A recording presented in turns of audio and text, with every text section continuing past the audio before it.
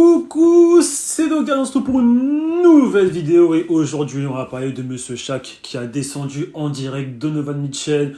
On va droit au but. Alors on commence, bon, vous savez que Shaq et Charles Barkley c'est des mecs quand même qui, pour moi c'est des légendes et ils aiment bien parler, ils ont cette bouche qui, ils disent ce qu'ils veulent, genre ils sont vraiment en mode no cap, genre s'ils veulent dire un truc négatif ils vont le dire, s'ils veulent dire un truc positif ils vont le dire. Et au moment où ils ont parlé de Donovan Mitchell, et je vous dis la conversation, il doit être la seconde ou la troisième option. Il a assez de talent pour ça, mais ça c'est Shaq qui dit ça à Charles Barkley. Charles Barkley répond, c'est un grand scoreur, mais il a zéro impact sur le reste du jeu. Je pouvais faire gagner un match en prenant des rebonds. Je n'avais pas besoin de scorer. Je n'étais pas un grand défenseur, mais j'impliquais les autres gars. Ce que dit Charles Barkley. Et du coup, Shaq il a répondu, c'est un grand scoreur. Je suis corda avec ça, mais s'il ne score pas, qu'est-ce qu'il peut faire d'autre? Et c'est quand même des questions pertinentes. C'est des questions pertinentes. On sait qu'en ce moment, Utah, ça se passe bien pour eux. Donovan, c'est un putain de scoreur. C'est un gars... pour moi, c'est le futur de la NBA, je le dis depuis quelques années. Mais j'ai une question à vous poser. Déjà, la première question à la Logan Nation et la Oops Nation. Répondez, j'ai un maximum de commentaires. Est-ce que Donovan est un leader ou est-ce qu'il pourra plus tard devenir un leader? Et ma deuxième question, est-ce que c'est juste un scoreur ou si, imaginons, est-ce qu'il peut apporter quelque chose d'autre dans l'équipe ou c'est juste un scoreur? Je vais vous répondre à ces deux questions et on passe vraiment au sujet comment Shaq a descendu Donovan Mitchell. Donc c'était pendant le match de jeudi soir qui opposait. C'était contre New Orleans. Utah a joué contre eux et tout, ils les affrontaient. Et à un moment, Utah, ils perdaient de 16 points. Ils ont fait une remontada. Ils ont gagné le match 69 à 118. Donc là, tout se passe bien. Ils sont dans le positif. Utah, c'est vraiment parfait. Et Donovan, ce match-là, il a fait un match de ouf. 36 points, 7 rebonds, 5 passes d'ess. 11 sur 19 au tir. Et écoutez bien, 6 sur 8 à 3 points. Donc c'est vraiment incroyable. Je trouve que cette saison-là, il gère bien tout ce qui est niveau shoot. J'ai l'impression qu'il s'améliore en année, tu vois. En tout cas, dans ce match, il a fait fort. Et vous savez, à la fin du match, quand tu es surtout le MVP du match, tu fais des interviews, des conférences, ou voilà quoi.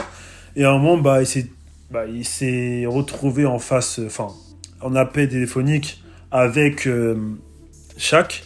Et Shaq, il a dit, il a un peu descendu, mais devant vraiment tout le monde, tu vois, c'est ouf. Et je vous dis ce qu'il a dit, Shaq.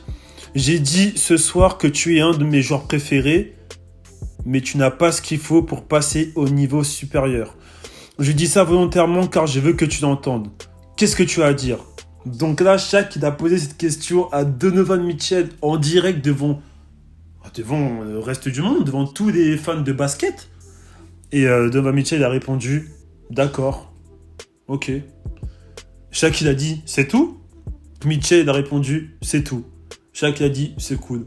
En mode, ça faisait « Ah ouais, c'est cool ?»« Ouais, c'est cool. C'est tout ?»« Ouais, c'est tout. » Ça faisait ça la conversation et c'était un peu gênant, tu vois.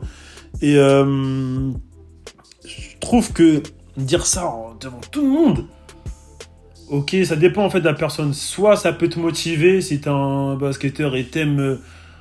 En fait, il y a des basketteurs qui vont bien le prendre, genre, non. Ils vont mal le prendre, mais ils vont prendre ça comme une source de motivation. Et il y a d'autres personnes, d'autres basketteurs qui vont le prendre, qui vont être limite pas choqués, mais ça va leur énerver et ça peut niquer leur stats.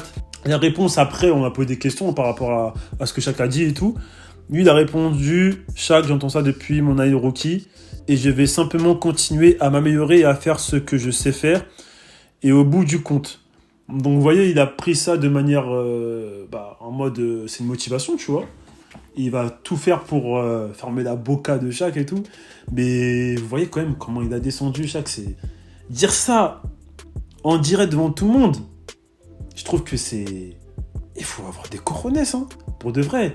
Et je sais pas ce qu'il a, Shaq, avec des gens de Utah, des joueurs de Utah. Un coup, il clash Rudy Gobert. Un coup, il clash Donovan. Après, ça va être qui? Ça va être qui?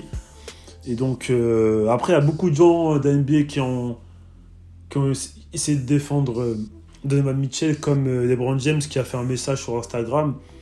Et lui, il a été cash. Il a été cash avec Shaq. Il a dit quoi? Il y a tout de même une différence entre la critique constructive et la haine gratuite. J'ai dû faire face aux deux, surtout la haine. On peut entendre dans sa manière de s'exprimer ce qu'a dit LeBron James. Donc, lui, il est en train de dire que là, c'est que de la haine qu'il a contre Donovan Mitchell. Mais après, LeBron dit ça, mais Shaq, il dit que c'est son meilleur joueur, c'est son joueur préféré. Donc, est-ce que c'est pas une manière, une critique constructive à voir, parce que c'est quand même son joueur préféré. Donc, d'un côté, je comprends. Non, j'avoue, je sais pas quoi dire en vrai. Je sais pas qui croire. Parce que LeBron, il dit des vrais trucs, là. Il a vraiment dit un bon truc. J'avoue, je sais pas du tout. En tout cas, dites-moi ce que vous en pensez. Est-ce que Shaq est parti trop loin? Est-ce que c'est de la haine ou est-ce que c'est une critique constructive? Et qu'est-ce que vous auriez fait à la place de Donovan Mitchell si vous étiez à la place de Donovan Mitchell? Je me répète, mais bon. En tout cas, dites-moi ce que vous en pensez de cette vidéo. Qui a raison? Qui a tort?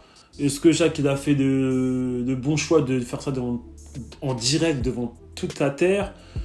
Ou est-ce qu'il devait garder ça pour lui, genre la paix, je sais pas, en FaceTime et parler de ça avec lui? Est-ce que c'est bien de descendre un mec en direct ou de l'appeler? Bon, enfin, vous répondez à toutes ces questions et on se retrouve pour une nouvelle actu.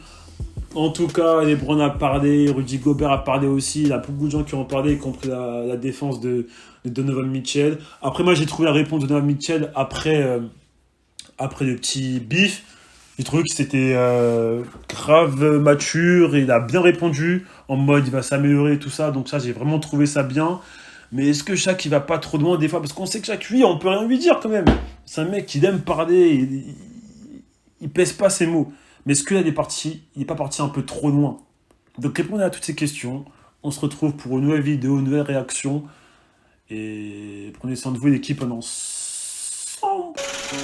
Hey yo Logan, tu m'as vu sur celle-là ou quoi? Hey, hey, Let's go! hey. Je parle pas, je fais le taf, ça date, qu'on se prépare.